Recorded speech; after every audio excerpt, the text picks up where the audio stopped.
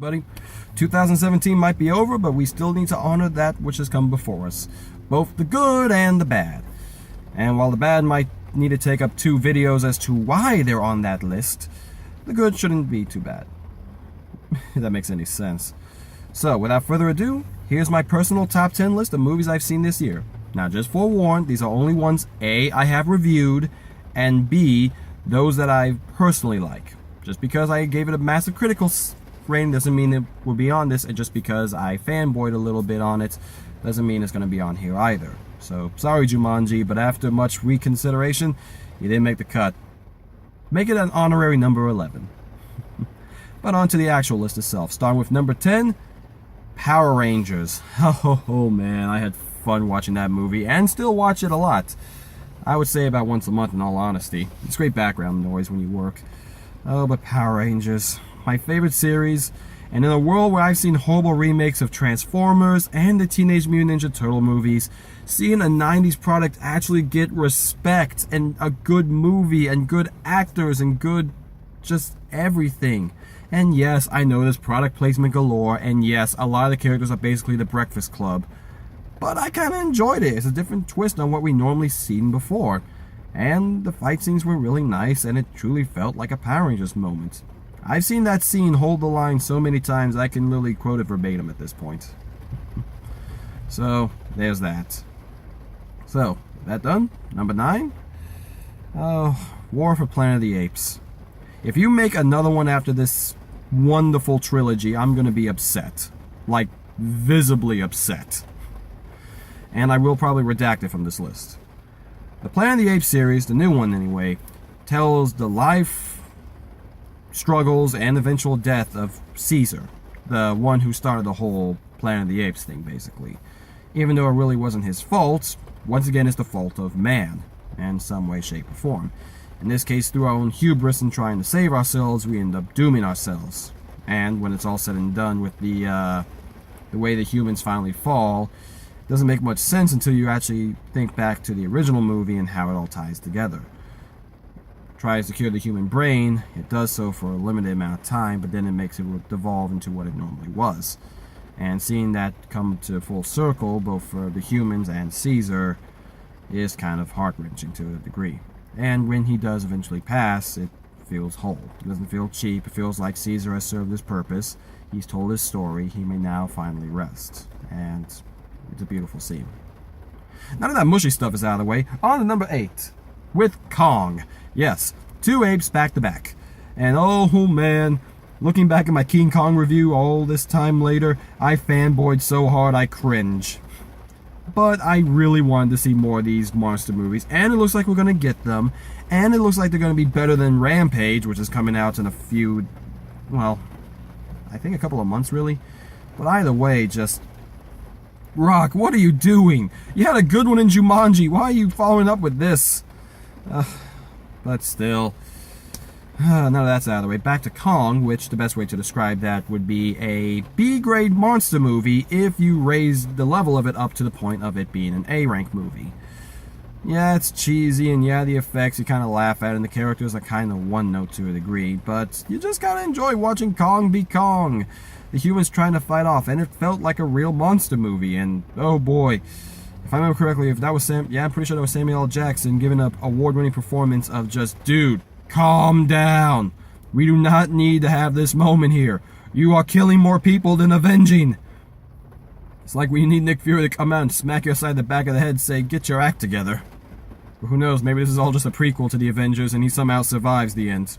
Don't know how he did, but maybe he does. Oh boy. And on to number 7. I hate when I'm wrong. Sometimes. Sometimes I'm happy when I'm wrong, like Jumanji and Power Rangers. But this is one I was hammering in, and I was way off on it. Number 7 is It. I would like to point out that I was right about Pennywise being the worst thing in the movie, but he didn't ruin it for me. Yeah, seeing him run, shaking his head back and forth like he's getting something shoved up his rear end isn't exactly scary, or when he does the German dance. Watch the Nostalgia Critics review of It if you don't know what I'm talking about. But man, He was so bad, but the rest of the characters were so good, and there was some really good shot scenes. And there actually was a horror aspect that made me kind of, sink into my seat a little bit and go, where are you going with this? Where are you going with this? And the payoff was actually really good. And yeah, watching him get the crud beat out of him in the end was oh so enjoyable. Because he just got an old school beating. Not very often you see that in horror movies where they actually beat the monster to death. Usually you gotta blow them up, freeze them, cut their heads off. No, they just went straight up, grab a baseball bat and just start whanging on the dude. I think he even got chain whipped too. I can watch that scene over and over again. Might be why it's number 7 on my list. Little reason. Speaking of little, number 6, Baby Driver. Because that's a transition for you. Oh, Baby Driver. This is what happens when Quentin Tarantino makes a Fast and the Furious movie. Oh, the characters are enjoyable, the soundtrack amazing, and yeah, it's honestly feels like a truly good movie.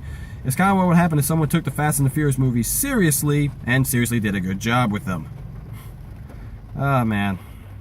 And yeah, I know, Kevin Spacey and that whole debacle kind of makes it a little tough to watch these days. But you kind of move past it. Kind of like you can watch the Bill Cosby Show and you don't think about the horrible things that has happened beforehand. I mean, heck, if that was the case, I couldn't even watch football anymore because of Ben Roethlisberger. We all know. When Tosh.0 has to make a joke about it, we all know. But anyway, Baby Driver. Taking away the Kevin Spacey, it's pretty nice. The character's nice. And they got a long shot for the opening, a continuous flow, which you know I'm a sucker for those. In case in point with my videos here. And, well, the ending felt real. You know, when you become a getaway driver for a bunch of bank robberies and basically one attempted murder, you kinda had to spend some time in jail. All I can say is thank God for character witnesses, otherwise he would have been in there a lot longer. But she waited for him, and it truly was a good movie. And it's kind of one of those things you don't need a sequel for, and please don't make a sequel for it. It's told its story, let it rest. And now that he's out of the way, we move on to our top 5 movies, guys. And for those of you wondering, yes, 3 of these are comic book movies. Did you think they weren't going to make this list? But before we get to the comic book movies, we might want a comic book equivalent of what the heck did I just watch? John Wick 2. Or is this called Headshot the Movie 2? Because, oh man, take a shot every time John Wick shoots a guy and see how long you're going to stay sober. And even in the opening scene, I don't think he shoots anybody. He just uses his car as a weapon and just deals so much damage to it. So much damage. Oh man. Because it picks off right when the last one left off. So you gotta wonder, is he having the worst 48 hours of his life, or is this just normal for him? When he does a mission, is he forcibly stuck in a long period where he doesn't get a chance to breathe? But man, Keanu, I was going to write you off. I really did. In fact, that was the main reason I didn't want to go see John Wick 1. But now, yeah, you're John Wick.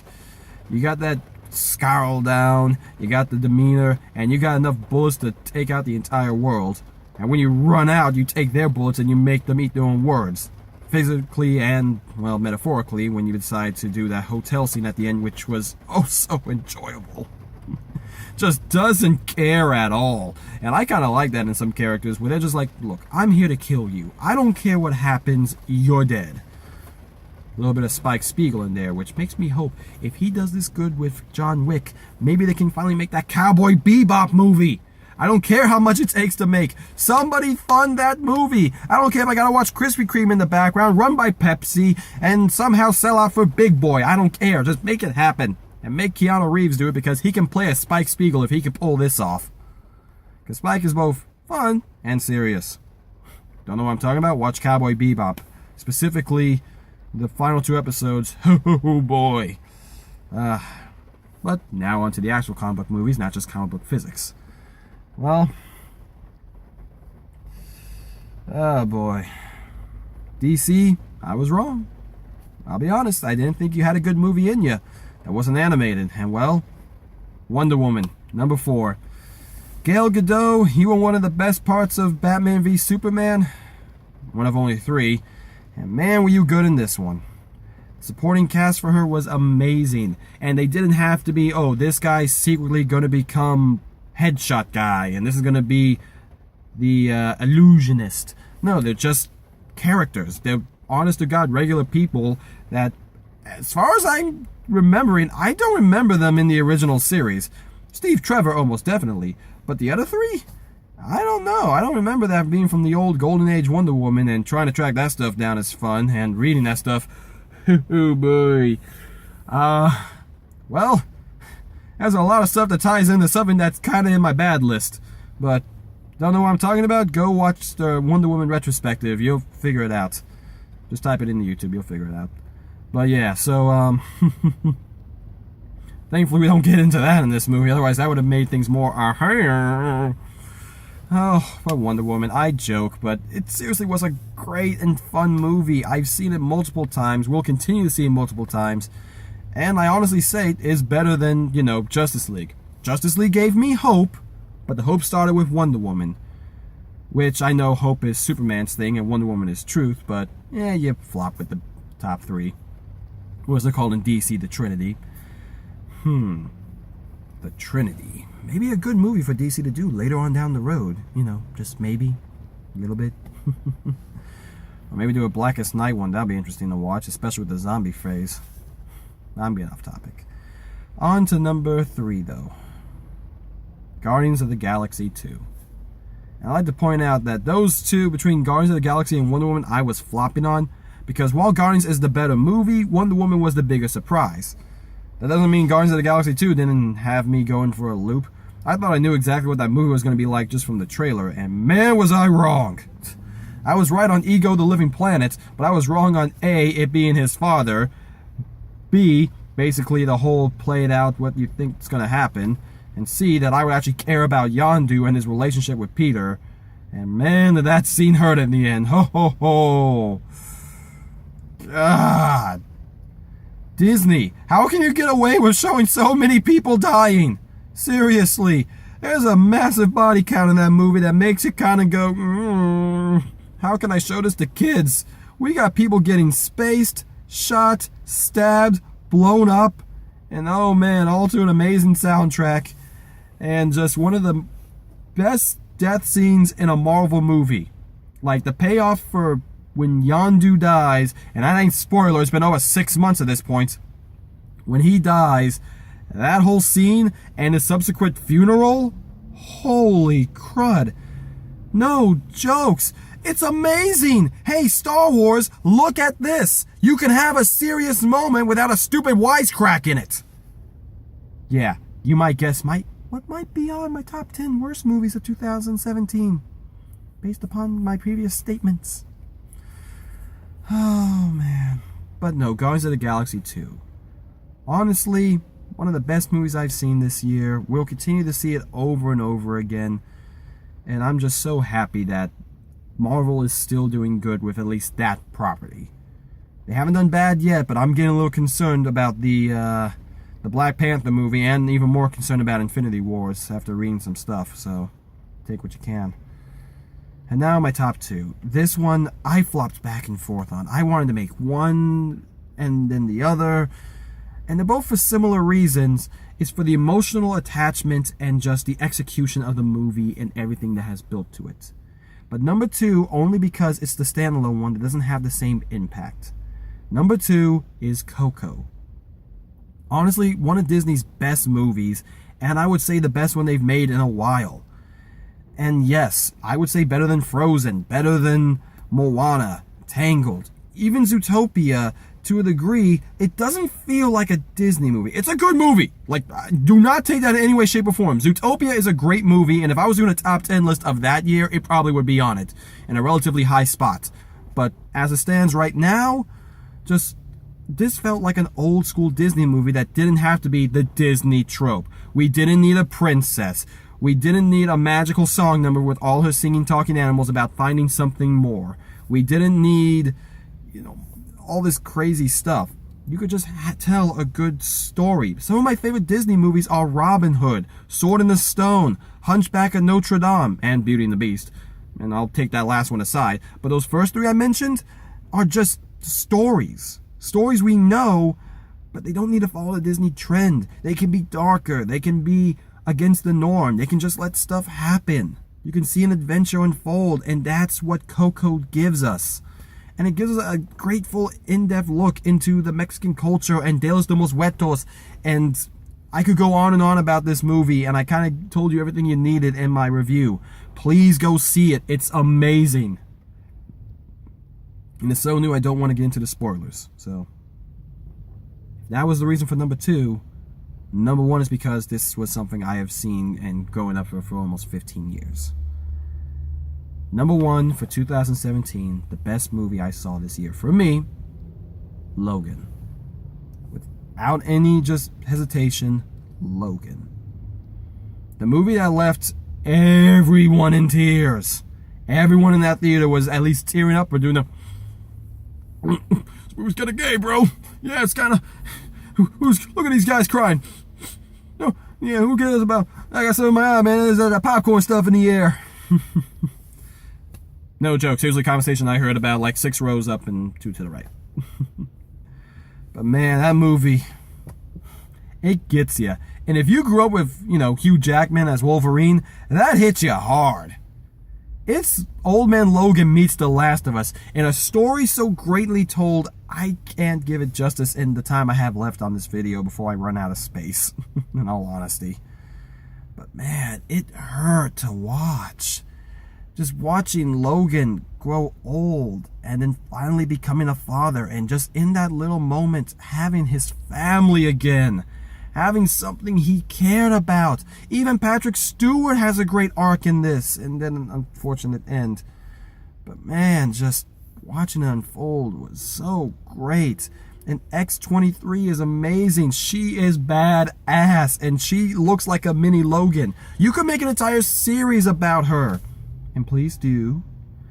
But man, it was enjoyable. The only thing that sucks is that, well, the ending, in the sense that it's over. But it was the perfect way to end it. The reason why I say it sucks, because we finally get a good Deadpool, and now Logan dies. Literally. We can't have both. It's a universal law. You cannot have a good Deadpool and a good Wolverine in one universe. The awesomeness would implode on itself and cause Fox to make a boatload of money. I might have just given them a horrible idea, haven't I? Yeah, well. Still, Logan's last ride, his development, and it all comes to a head in a beautiful shot ending. And yes, it's cheesy, but I don't care. He lived and died an X-Men. But yeah. So, that was my top 10 best of 2017. As you can tell from the length of this, I'm going to have to cut this down a little bit for my second one. So when I do my worst list, and that is coming soon, once I get this thing offloaded, I'll have to split it into 2 parts, because I got a lot more to say about some of those movies, and I need to get off my chest what I really think about a few of them. Still though, until next time, I'm Kevin Riley signing off, and I'll see you all next time. Later.